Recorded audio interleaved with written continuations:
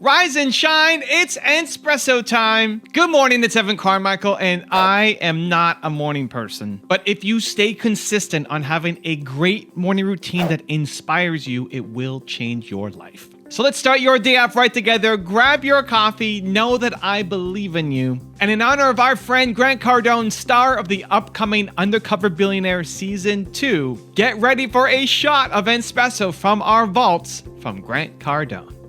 Cheers. I wake up every morning. Espresso keep me going. I wake up every morning. I don't need to spend time with a mentor. I need to study a handful of people that have proven over time that they were important and that they did something. Walt Disney, he's a mentor of mine. One guy almost went bankrupt 3 times. That is a spiritual adventure. Like, hey man, how do you do that? How do you have a dream? Howard Schultz with Starbucks. I don't like his political viewpoints, but I do like the fact that everybody told him Starbucks was a bad idea. He's like, yeah, okay, well, whatever, it's a terrible idea. Steve Jobs, total maniac, like neurotic. I wouldn't do any of that stuff, but I do like the guy's ferocious commitment. So if I can rob those pieces from different people, right, and say, hey man, I want to be more like that guy or that gal, right? You know, so you know what I'm saying? Like that's my deal. Like, how can I mix it up with Jared? I'm interested in leaving something that lasts longer than I do. Now I have a special bonus clip I hope you enjoy. But before that, it's time for the question of the day. Who will you learn from this week? Let me know in the comments below. And if you're still here, I want to celebrate you. Give me a believe in the comments below. It is the only thing you have to believe in. Lean close. Hear my words. The only thing you have to believe in right now is that humans are capable of learning. That humans, for whatever reason, nature has chosen to not endow us with a whole bunch of pre-programmed things. So for instance, a baby horse, a foal, I believe is how you say that. When they're born, they can already walk. Literally, boom, they come out and they're walking and all is well, because that's all hardwired into them. But a horse is a horse is a horse, and they're going to stay a horse, and that's that. And you're never going to find a horse reading Chaucer, just not going to happen. So that's all those decisions are pre-wired. Humans, on the other hand, come out. They cannot take care of themselves. They're a lump of flesh.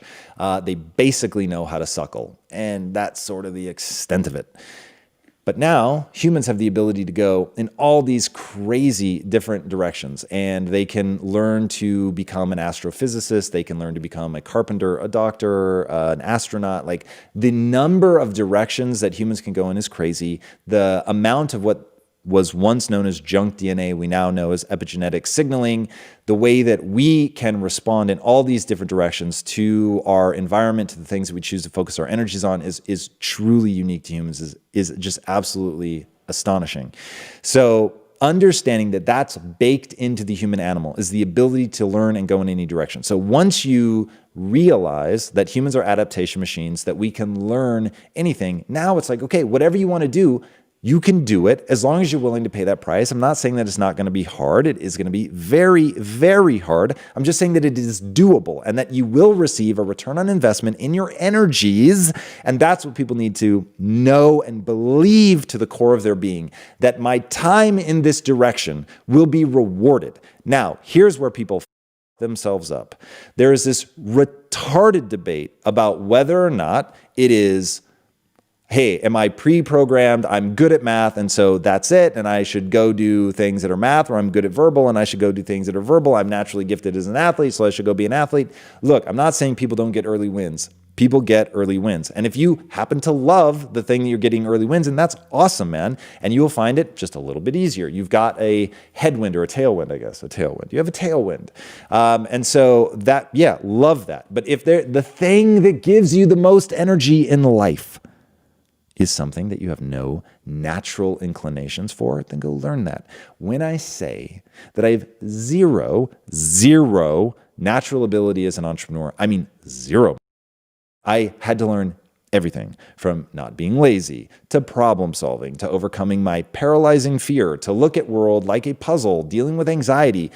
Literally, it was comical as I was going down my journey in the beginning as an entrepreneur to figure this out. It's ridiculous. And then I meet people who are like ripping flowers out of people's front yards and selling them back to them. Like when I say that was not me, I had a paper route and I was so chicken to go up to people's doors that I actually only got half the money that I could have gotten for the same paper route, the same amount of effort. But because I was so afraid to go knock on people's doors and ask to collect the money that was due, that for like 2 years, I did a paper route for half the money. Okay, that's how spastic of an entrepreneur I was when I started.